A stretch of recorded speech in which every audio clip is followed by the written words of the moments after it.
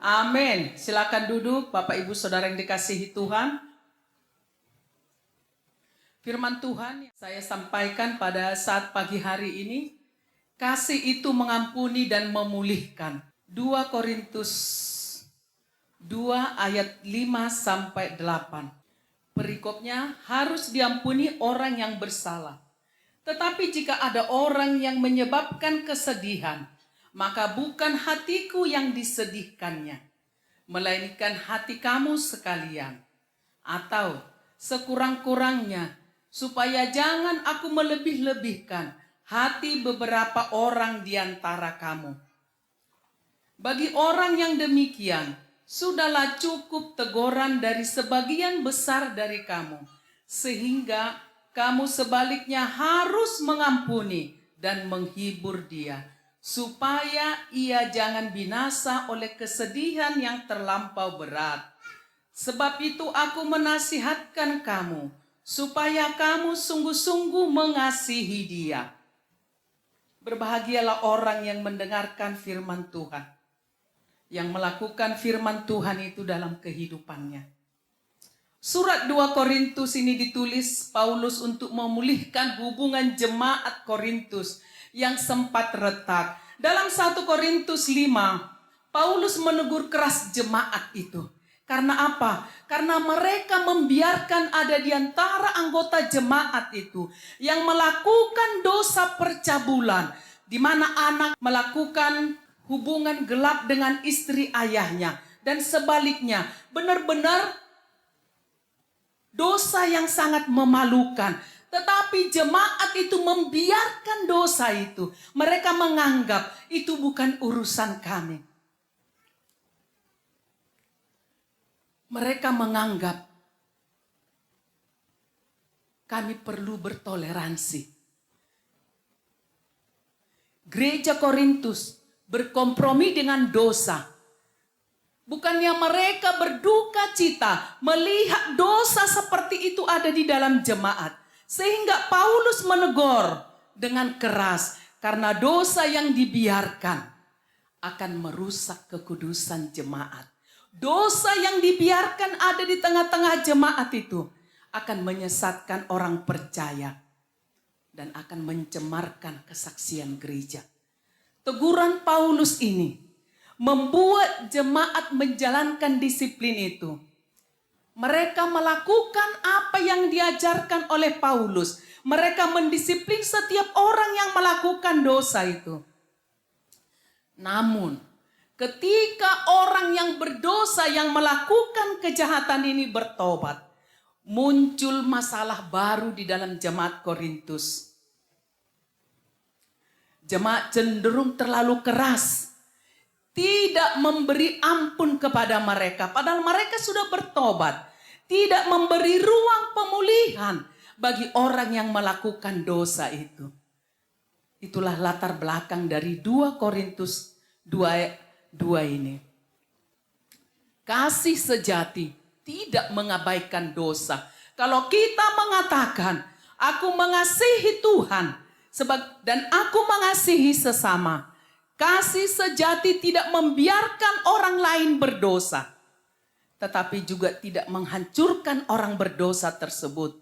Dalam jemaat Korintus, Paulus mengajarkan keseimbangan antara disiplin dan pemulihan. Pemulihan akan terjadi jika ada kasih yang tulus di antara kita. Amin. Sehingga kalau ada yang berdosa di dalam jemaat itu, Paulus tadi katakan di dalam ayat 5 itu.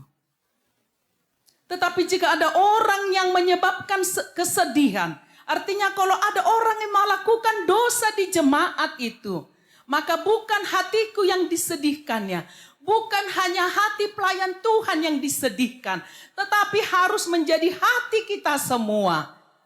Karena apa? Karena dosa di dalam jemaat dampaknya mengenai seluruh jemaat.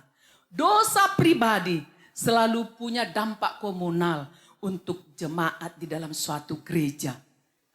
Sehingga kita harus menasihati kalau ada orang yang melakukan dosa di antara kita, di antara jemaat, di antara keluarga kita. Bukan membiarkan. Amin. Jadi sekali lagi saya sampaikan. Paulus mengatakan, dosa seseorang itu bukan hanya menyakiti hati dia. Bukan hanya membuat kesedihan bagi dia. Tetapi juga harus kesedihan bagimu. Artinya aku ikut bertanggung jawab atas dosa seseorang itu. Sehingga apa? Aku belajar untuk membawa orang ini untuk kembali kepada Tuhan. Aku merasa terbeban. Itu yang mau disampaikan Paulus kepada kita. Kita akan belajar 3 karakteristik kasih yang dinyatakan dalam nats firman Tuhan yang kita baca tadi. Yang pertama, kasih yang mendisiplinkan. 2 Korintus 2 ayat 5-6 dikatakan, tetapi jika ada orang yang menyebabkan kesedihan, maka bukan hatiku yang disedihkannya, melainkan hati kamu sekalian. Ini tadi sudah saya jelaskan. Sehingga ketika di dalam jemaat atau dalam keluarga, di keluarga kita, ada orang yang hidup dalam dosa, sebagai anak Tuhan, aku dan saudara wajib menegur agar mereka bertobat meninggalkan dosanya. Bukan agar kita mempermalukan orang yang melakukan dosa itu. Bukan agar kita menghakimi dia. Tetapi tujuannya hanya satu, kata firman Tuhan. Agar dia meninggalkan dosanya. Dan firman Tuhan di dalam Yehezkiel 3 ayat 18-19 dikatakan, nggak usah di ini, kita baca. Bahwa kalau ada orang yang berdosa di antara kita, kita membiarkan dia berdosa.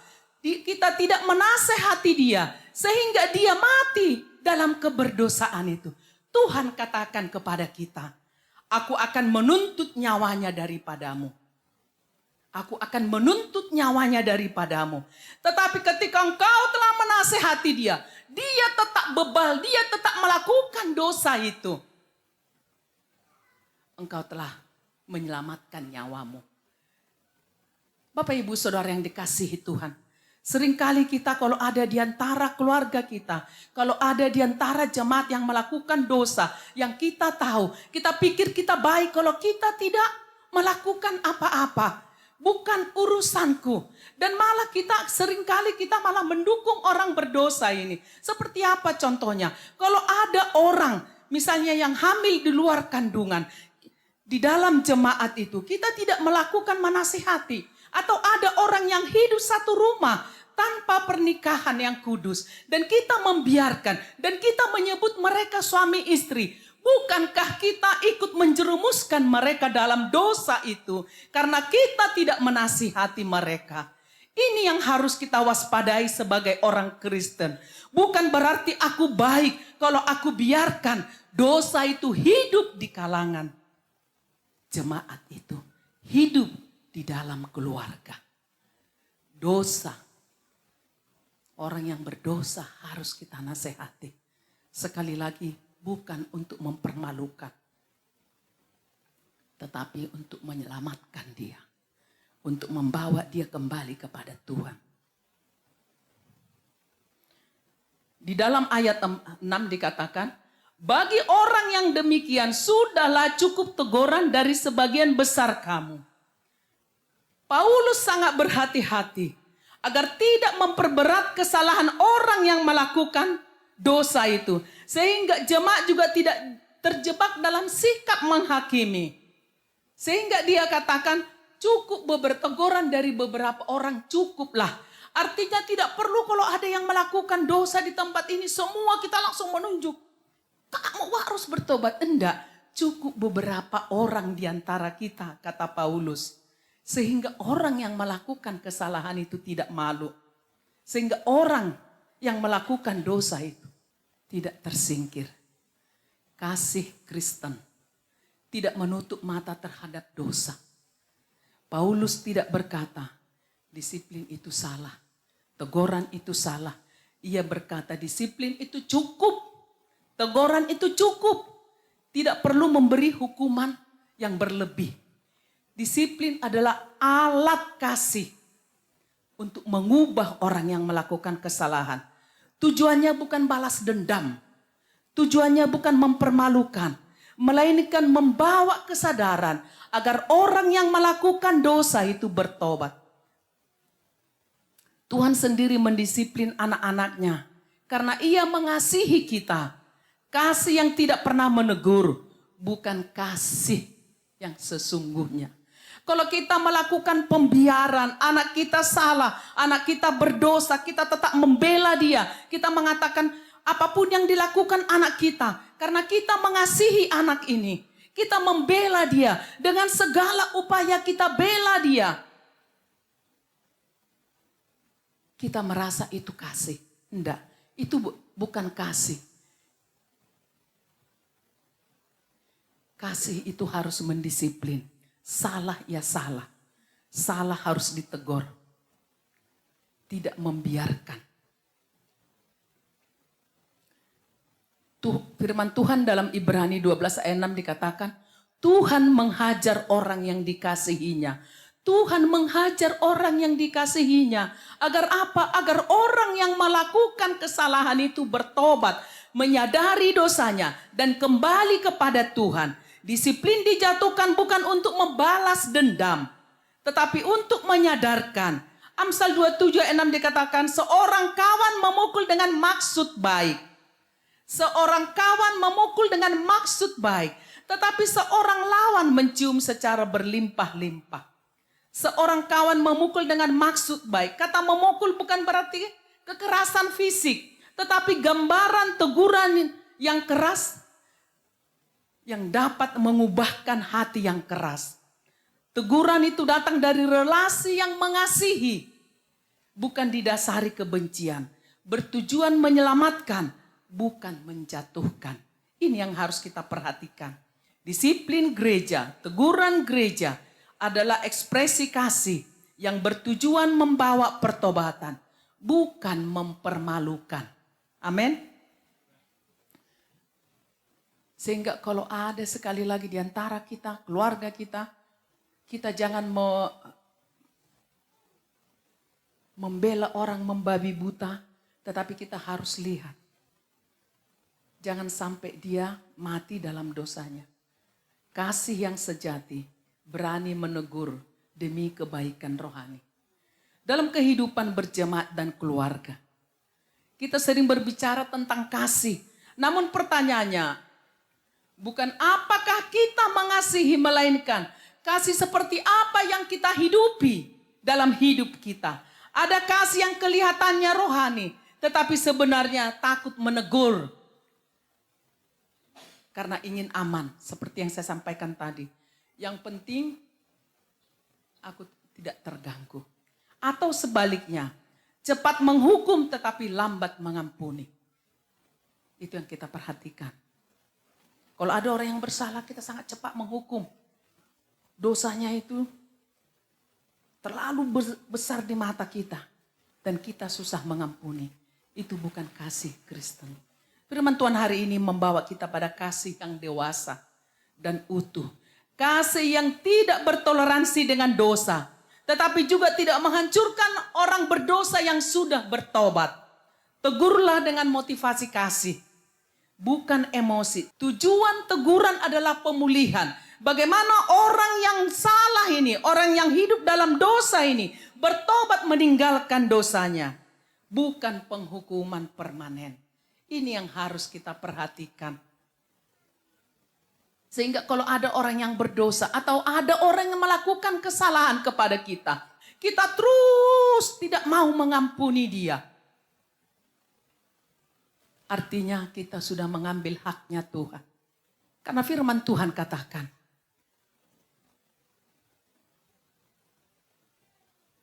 hakkulah untuk menghakimi. Sehingga ketika engkau ada orang yang melakukan kesalahan kepadamu, engkau terus menyimpan, dan engkau tidak melepaskan pengampunan. Engkau sedang menghakimi dia, dan engkau sedang mengambil haknya Tuhan. Bapak Ibu Saudara yang dikasihi Tuhan, siapakah kita ini? Sehingga kita merasa berhak untuk mengambil posisi Tuhan dalam hidup kita. Siapa saya? Yang hanya debu yang diberi nafas oleh Tuhan ini. Sehingga saya berhak untuk menghakimi orang yang melakukan kesalahan kepada saya. Bukankah dosaku yang besar itu juga sudah diampuni Tuhan? Bukankah juga aku pendosa? Aku tidak layak di hadapan Tuhan. Aku tidak layak menerima pembenaran dari Tuhan. Tetapi karena begitu besar kasih Allah dalam hidupku, aku yang hidup dalam dosa ini, yang penuh kekurangan ini, Dia mengampuni aku karena kasih-Nya. Hal yang sama Dia minta kepada setiap kita. Kalau engkau tidak mengampuni orang yang bersalah kepadamu, maka Bapamu yang di surga tidak akan mengampunimu. Pilihan ada di tanganmu dan di tanganku. Pilihan ada di tangan kita semua. Tuhan memberi kehendak bebas kepada kita. Apa yang harus kita lakukan? Tetapi sebagai anak Tuhan yang sudah mendengarkan kebenaran firman Tuhan ini, pilih jalan yang membawa engkau kepada keselamatan. Amin. Yang kedua, kasih mendasari pengampunan, ayat 7. Sehingga kamu sebaliknya harus mengampuni dan menghibur dia, supaya ia jangan binasa oleh kesedihan yang terlampau berat. Paulus mau menyampaikan seperti ini. Kalau ada orang yang melakukan dosa, dia ditegur, dia menyadari, dan dia merasa sangat berdosa. Karena dosanya yang besar ini, dia menghakimi dirinya sendiri. Walaupun dia sudah bertobat, dia merasa tidak layak. Aku ini tidak layak, aku ini tidak layak. Dia tenggelam dalam rasa malu dan bersalah. Dia seperti kehilangan harapan.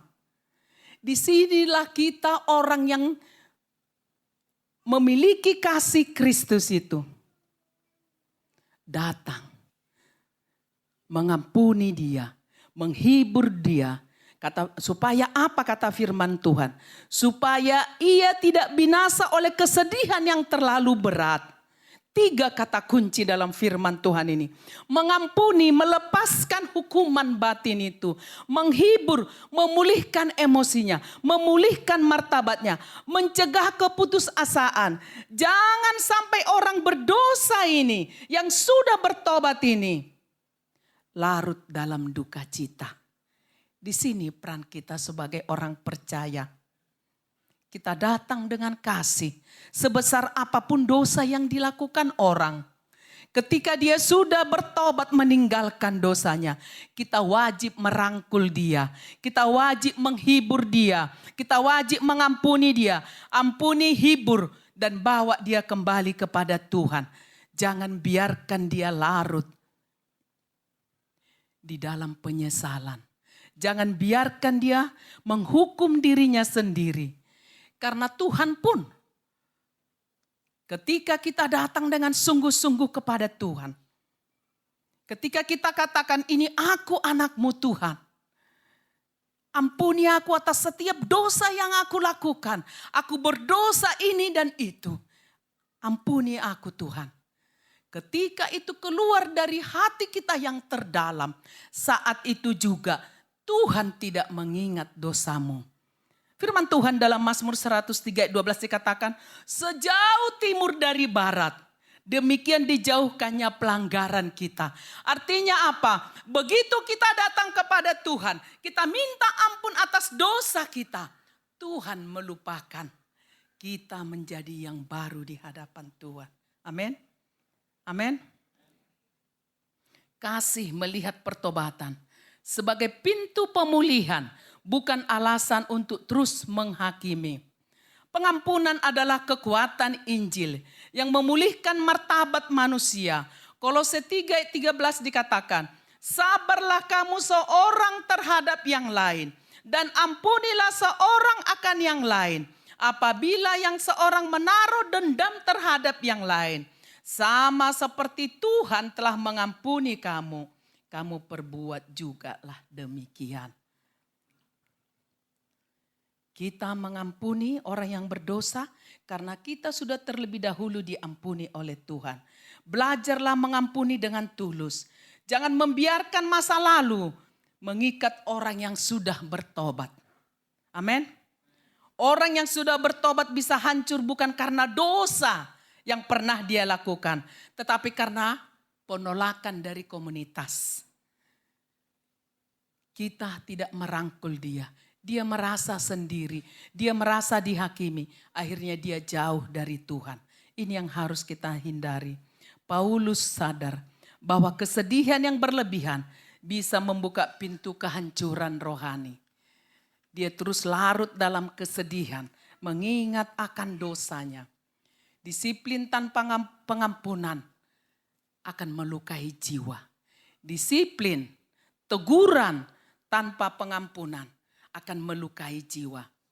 Pengampunan tanpa disiplin, pengampunan tanpa teguran merusak kebenaran. Namun kasih Kristus memegang keduanya dalam keseimbangan yang kudus. Disiplin harus dilakukan, teguran harus dilakukan, tetapi pengampunan juga harus kita lakukan. Amin. Yang ketiga, kasih yang diperlihatkan. Ayat 8. Sebab itu aku menasihatkan kamu, supaya kamu sungguh-sungguh mengasihi dia. Supaya kita sungguh-sungguh mengasihi orang yang berdosa ini, yang pernah melakukan dosa ini. Paulus meminta agar kasih dinyatakan secara nyata, bukan hanya diucapkan dengan mulut. Kita harus meneladani Kristus. Di dalam Roma 5 ayat 8 dikatakan, akan tetapi Allah menunjukkan kasih-Nya kepada kita oleh karena Kristus telah mati untuk kita ketika kita masih berdosa. Ada action. Kalau kita mengatakan, aku mau mengampunimu, aku mengasihanimu, ada hal yang harus kita lakukan. Kasih yang memulihkan berarti menerima kembali dalam persekutuan, tidak terus mengungkit masa lalu, dan tidak membeli label permanen. Oh dia kan penjina, oh dia kan pencuri. Enggak, kita melupakan itu. Kasih Kristen adalah kasih yang aktif dan berani merangkul kembali orang yang melakukan dosa. Amin. Kalau kita terus menghakimi orang, kita kan gitu. Kalau ada orang melakukan kesalahan, misalnya ada orang melakukan dosa apalah, terus curi taman, curi hatimu. Misalnya ada orang pencuri, kita kata pencuri. Padahal kita dosa kita kadang mungkin lebih besar dari dosa mencuri itu. Kita suka menilai orang diam-diam, kita suka membandingkan hati kita suka iri kepada orang. Emang dosa itu gak terlihat, tapi kita menghakimi, pencuri. Makanya kita tidak boleh menghakimi. Nyatakan kasih melalui tindakan konkret, menerima, mendoakan, mendampingi dalam proses pemulihan. Janganlah kita mengasihi dengan perkataan, tetapi dengan perbuatan. 1 Yohanes 3:18. Orang yang sudah dipulihkan tidak butuh dicurigai terus, tetapi dituntun kembali dengan kasih dan hikmat. Kita tuntun, kita bawa, kita ajak kembali dia masuk dalam persekutuan. Kalau tadinya dia melayani, ketika dia menerima disiplin itu, dia tidak diberikan dulu pelayanan. Tetapi setelah dia sungguh-sungguh bertobat, kembali diterima, kembali dipulihkan hak-haknya. Itu yang mau Paulus sampaikan kepada kita. Tindakan mengampuni adalah tanda kedewasaan rohani. Terlalu keras menghukum tanpa memberikan pengampunan dapat dimanfaatkan oleh iblis untuk menimbulkan kepahitan atau memecah belah jemaat.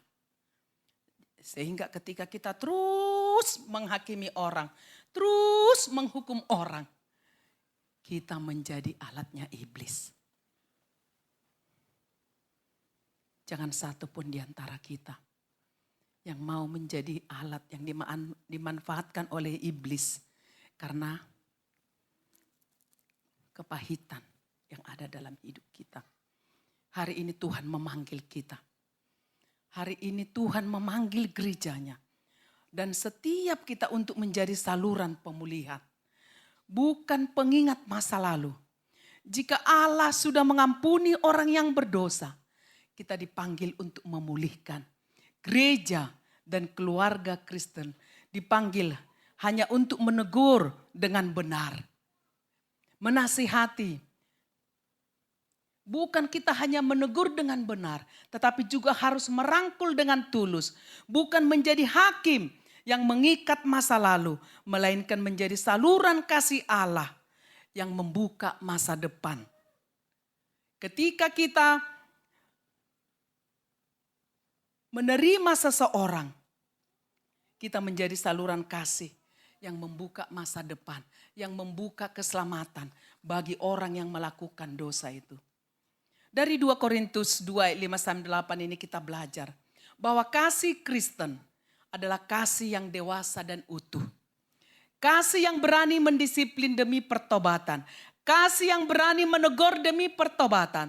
Tetapi juga rela mengampuni dan memulihkan orang yang sudah bertobat. Gereja dan keluarga Kristen dipanggil bukan hanya untuk menegur dengan benar. Tetapi kita harus sekali lagi berani merangkul. Melalui firman Tuhan ini, Tuhan mengundang kita bukan hanya untuk mengerti kasih, tetapi menghidupi kasih Kristus itu dalam hidup kita. Mungkin ada di antara kita yang sedang bergumul. Ada yang pernah ditegur karena dosanya dan masih memikul rasa bersalah. Mari, Tuhan sudah mengampunimu ketika engkau menyadari dosamu. Bebaskan dirimu dari rasa bersalah itu. Ada yang menyimpan luka karena sulit mengampuni. Lepaskan pengampunan. Luka yang disimpan akan menjadi beban dalam hidupmu. Yang membuat engkau berat untuk melangkah. Jangan biarkan beban itu menghimpit hidupmu. Atau ada yang tahu harus menegur dalam kasih, tetapi takut melakukannya. Dia tahu ada orang ini melakukan dosa, tetapi dia takut melakukannya. Belajar melakukan firman Tuhan. Tegur dengan kasih, bukan dengan penghakiman. Hari ini Tuhan memanggil kita datang kepadanya. Meletakkan dosa, meletakkan kepahitan dan beban masa lalu. Dan menerima kasih yang mengampuni serta memulihkan. Jika kita rindu dipulihkan, rindu mengampuni dan rindu memiliki hati seperti Kristus. Mari katakan kepada Tuhan. Pulihkan hatiku.